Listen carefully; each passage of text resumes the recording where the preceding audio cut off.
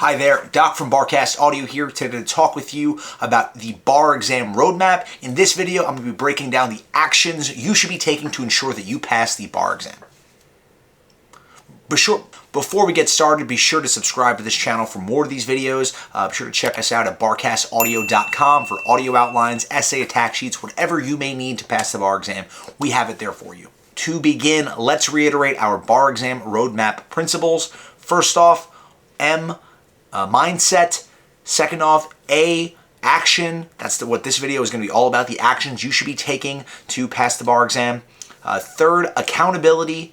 And fourth, persistence. So this video is all about action, what actions you should actually be taking within your bar exam process to ensure that you pass the bar exam. So some of you may be wondering how it's possible to study for the bar exam without taking action. There is so much information thrown at you. There is so much information provided to you by your bar exam courses. How can you do that? How can you possibly not take action? Well, let me tell you, students very frequently take the wrong action. They go down the wrong path within their study process. Sometimes they think they're doing things actively to prepare them for the bar exam, but they're not actually taking the right action. This video is going to be all about what you can do to ensure you're on the right path, ensure that you're following your bar exam roadmap to passage. The biggest issue with the bar exam is that a lot of studying can feel like action, but it's not actually action. So things like passively doing practice questions or just doing a ton of practice questions without actually digging into your wrong answers, without actually writing down what you're getting wrong, can feel like you're doing the right thing, can feel like you're spending the time, you're putting the time in, you're doing the right work. But the problem is that too often students don't figure out that they're not actually doing the right thing, making the right choices within their study path until it's too late. More specifically, the biggest and most common issue I see with law students, and the reason these law students fail, is that they assume that they're doing enough, they're taking enough action just by doing practice questions and by reviewing their outlines. And unfortunately, that is just simply not enough. And I'll tell you why. The bar exam is different from any other exam you'll take in your life in that it requires a twofold preparation. One, by virtue of memorization of the law itself, and two, because it requires a depth of knowledge that allows you to actually analyze and apply the law under tight time constraints. The only way to adequately prepare for this exam is by taking active steps within your study routine to prepare for both of these challenges. So what do you actually do? What are these active steps that I'm talking about? First off, you need to synthesize your notes or your outline. You can't just simply reread it over and over again or do the fill-ins provided to you by your bar course. For the most part, bar prep begins the same for everybody. Whether you're taking Themis, Barbary, Barcast Audio, you listen to or watch lectures and you take notes while you're going. Maybe you have fill-ins, maybe you have something else, maybe you're just taking full-on notes. But whatever it may be, however bar prep may start for you, students often just sort of let their notes sit, let their fill-ins sit. They don't do anything to actually synthesize the notes that they're taking during these lectures to actually make sure that they're committing those memories, those laws and those rules to memory early on. They feel like because they're staying on track, because they're doing what the course prescribed just by watching the videos or listening to them, that's enough, that they're doing enough there. But you need to do something with your notes. You need to do something with your outlines as you're going. I make this reference all the time.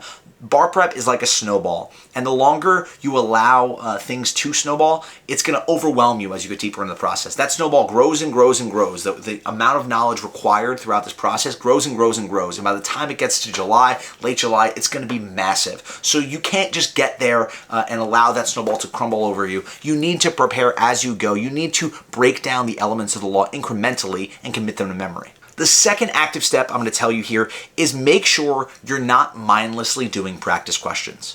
One of the biggest tricks of bar prep is the idea that just mindlessly doing practice questions is enough. Now, there's a lot to say about the gamification of practice questions brought on by companies like Adapt2Bar and a bunch of other companies as well, UWorld. But for as quick and as easy as those companies have made doing practice bar exam questions, they've also, to some degree, led students into a false sense of security. Students often think that just by doing a massive volume of questions, they can build up their deficiencies in knowledge. Adapt2Bar and UWorld, whatever gamification method you're using to do practice questions, they can make you feel like you're actively studying without actively studying. But don't fall into this trap. You need to treat every wrong answer as an opportunity to do something, as an opportunity to fill up and manage your deficiencies in the law. And what that actually looks like in practice is often writing out your wrong answers. Keep a wrong answer book. Keep a book of all your wrong answers. Write down every wrong answer that you get. There is a video that I've made previously, you can check it on this channel, about a game that you can use to make sure you're making the most out of all your wrong answers, to not only shore up the questions that you're getting wrong, but also the 50-50 answers you're getting right, because you don't want to leave exam day to luck. So you want to make sure that you're not just focusing on the questions you get wrong, but also focusing on the questions that you get right luckily. The third action tip I'm going to give you in this video is don't wait too long to do practice essays. Too often, students want to have a real complex sense of the law before they start doing practice timed essay questions. And I don't think it's necessarily a good tactic. Early on in the bar process, what you should be doing is looking at some practice answers and writing out the full answer, the full sample answer, because I think it lends itself to allowing you to see what some good answers really look like. Now, a lot of the sample answers from bar prep courses are going to be way too complex, way too convoluted, that you're not necessarily going to have the time to give something that complete on the exam. But what those sample answers typically do is give you a good sense of the format, a good sense of all the law and how the actual questioners are looking at what these answers should look like. So go through these sample answers, write these sample answers out, and then do not wait too long to start doing practice essays. Sometimes students haven't done any practice essays until like 3 or 4 weeks out from the exam. And I always tell them you're just gonna feel more stress doing that.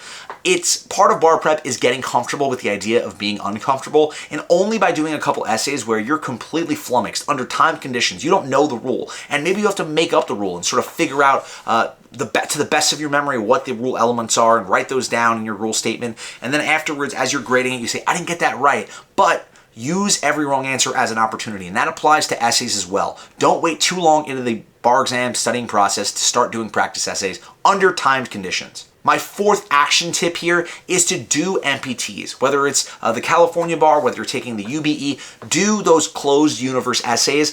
Don't just skip over this entirely. Do a couple of them under timed conditions because they are important. They're integral to passing this exam. I think that after you've done 1 or 2 of them typically under timed conditions, you're probably going to have a good sense of what you need to do there. But nonetheless, you need to do them. You can't just skip these entirely. And too often, students are doing that. They're just looking at those. They're saying, I get what I need to do. I don't need to necessarily time myself and do 2 back-to-back. Do it. It's good practice. It will prepare you for exam day. And don't skip out. Don't cut corners. Don't leave any of this to chance. My fifth action tip here is to take care of yourself. This is a literal action tip. Exercise to the best of your ability. Don't let yourself just completely be a zombie in front of a screen all day because it's not good for your health. It's a grueling process, the bar exam, and you can't just completely sacrifice your health, completely sacrifice seeing sunshine because you're preparing for an exam. Make sure you're taking care of yourself physically because it will affect you mentally if you are preparing for this exam. That does it for us here with our action tips. Be sure to subscribe to this channel for more of these videos, for more of our bar exam roadmap series. Be sure to check us out at barcastaudio.com. Whether you need audio outlines, essay attack sheets, whatever you may need, we have it there at Barcast Audio. Until later, I'll talk to you guys soon. Bye now.